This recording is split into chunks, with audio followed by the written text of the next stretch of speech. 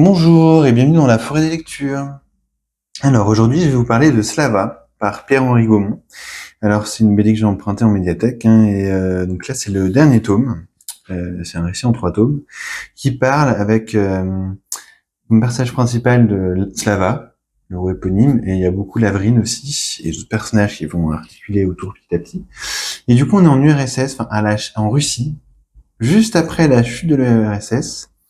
Et la particularité de ce récit, c'est que du coup, de manière très romancée, au travers de récits de ces deux personnages-là, de montrer comment le bloc, enfin, un peu tout ce que ça a comme implication en termes de rapport au monde, au travail, au capitalisme, à la richesse, que c'est eu la chute de l'URSS. Et j'ai mis un petit peu de temps alors j'ai beaucoup aimé dès le début. J'adore le dessin, par exemple, de Pierre-Henri Gaumont, son trait. Enfin, c'est d'une maîtrise, c'est une grande maîtrise. Mais vraiment, je trouve que premier tome, on est beaucoup sur la relation de ces deux personnages-là, Lavrine et Slava. Et alors, plus on avance, plus on comprend où va l'auteur. Mais au début, je me dis, mais ben, c'est quoi ce rapport entre ces deux amis d'enfance? Slava, c'est un artiste qui aime peindre, mais pas pour... comme il dit, c'est un peintre du dimanche, il peint pour lui, mais pas pour les autres.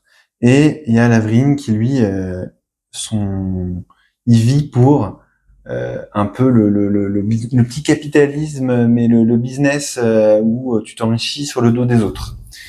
Et avec la chute de l'URSS, il vague, un peu il vagabonde, et on va voir vraiment Slava suivre un peu Lavrine et ses déboires, parce que ça va pas toujours être drôle pour eux deux, et surtout pour Lavrine qui se met dans des situations pas possibles. Et, et petit à petit, ils vont rencontrer d'autres personnages. En fait, pendant longtemps, je me dis waouh, j'aime bien ce que je lis, mais je sais pas où ça va. Et dans ce dernier tome là, un enfer pour un autre, c'est comme si tout se rejoignait, tout prenait forme, tout vraiment. Pierre-Henri Gaumont, il a écrit tout son récit pour que tout prenne vraiment, le lecteur prenne conscience de tout ce qu'il est en train de lire et la puissance du propos dans ce tome. Ou alors c'est moi qui étais lent à comprendre tout ça, mais j'ai trouvé ce tome absolument sublime de bout en bout. Je vais essayer de vous montrer sans divulgacher, mais en gros, à un moment donné, il rencontre des mineurs au fond d'une ville, dans les montagnes, et avec la chute de l'URSS, du coup, il y a tout un changement dans le processus de fonctionnement, par exemple des mines, des productions industrielles. Avant, tout ça, c'était géré par l'État. Et tout d'un coup, il y a tout ce qui est vétuste, les ouvriers. Enfin, il faut réinventer toute une manière de faire. Et le problème, c'est aussi beaucoup ce que raconte cette bande dessinée, c'est comment, du coup, le capitalisme a pris, a capturé tout ça, tous ces mondes ouvriers, artistiques, euh, ruraux et des petits bourgs pour en faire un peu les rapias qui étaient là avant. Et bien dans l'URSS, et bien ils ont eu d'un coup un boulevard devant eux. Et comment ça a créé aussi cette Russie actuelle avec des, des très riches, des hommes très riches qui écrasent le peuple et qui ont une sorte de capitalisme hyper violent. Et ça parle beaucoup de la Russie d'aujourd'hui aussi, en arrière-fond. C'est très intéressant. Et du coup, il y a une histoire à la fois d'amour, de famille, avec du coup toute cette famille d'ouvriers symbolisée par cet homme qui est un homme très un peu ours et qui est à la fois drôle dans la manière dont il est raconté, mais qui je vous montrerai quand même quelques pages, au lieu de vous montrer que la couverture, et qui du coup est toujours dans cette colère, dans cette force et dans cette humanité en arrière-fond, derrière ce côté un peu brut. Et sa fille qui est très intelligente, mais qui a une forme de beauté dans sa manière aussi de lutter comme son père, mais d'une manière un peu par la parole, par les actes, par le geste. C'est deux personnages qui sont très beaux. Et je vais pas vous montrer trop dans ce tome parce que c'est un peu dommage, hein, mais pour vous montrer à quel point le Pierre-Henri Gaumont, il utilise beaucoup le jeu sur les couleurs. Il y a un dessin à la fois réaliste et qui détonne un peu dans la gestion des couleurs et il joue beaucoup avec les cases aussi. Il infuse beaucoup d'énergie, comme là on peut le voir ici. C'est un dessin très expressif et en même temps très fort.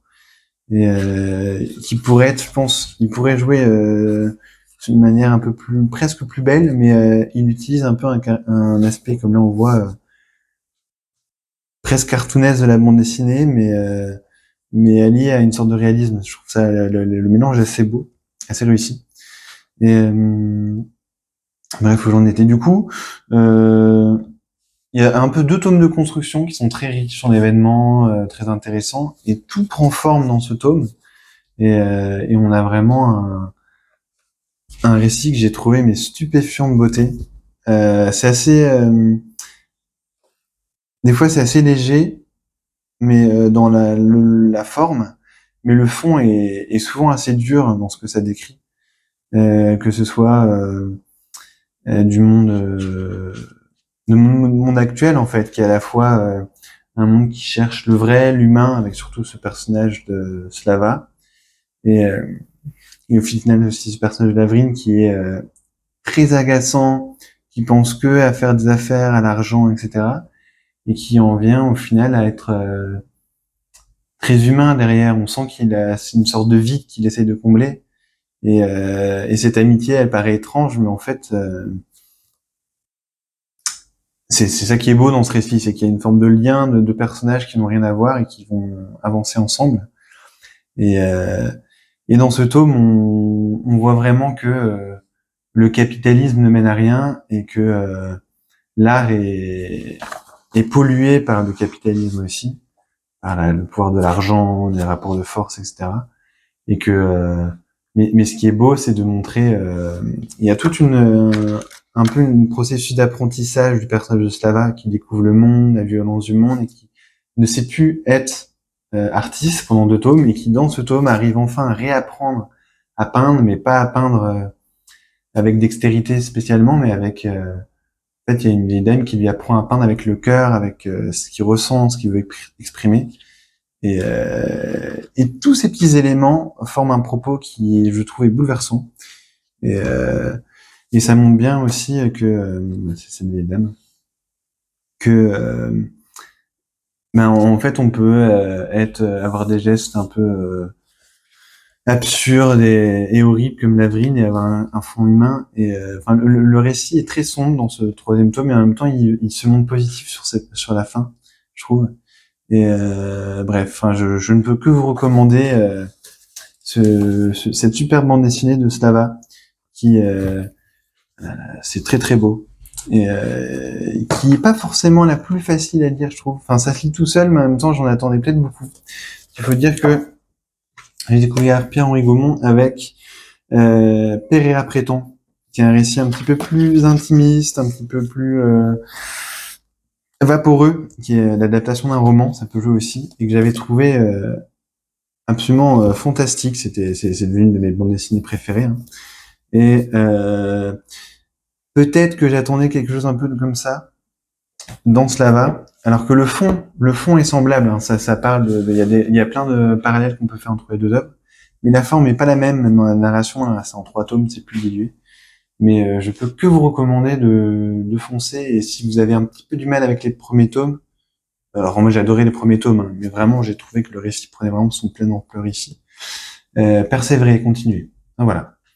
N'hésitez pas à me dire ce que vous en avez pensé, si vous avez aimé, si vous avez envie de lire du Pierre-Henri Gaumont et si vous avez des choses à me recommander.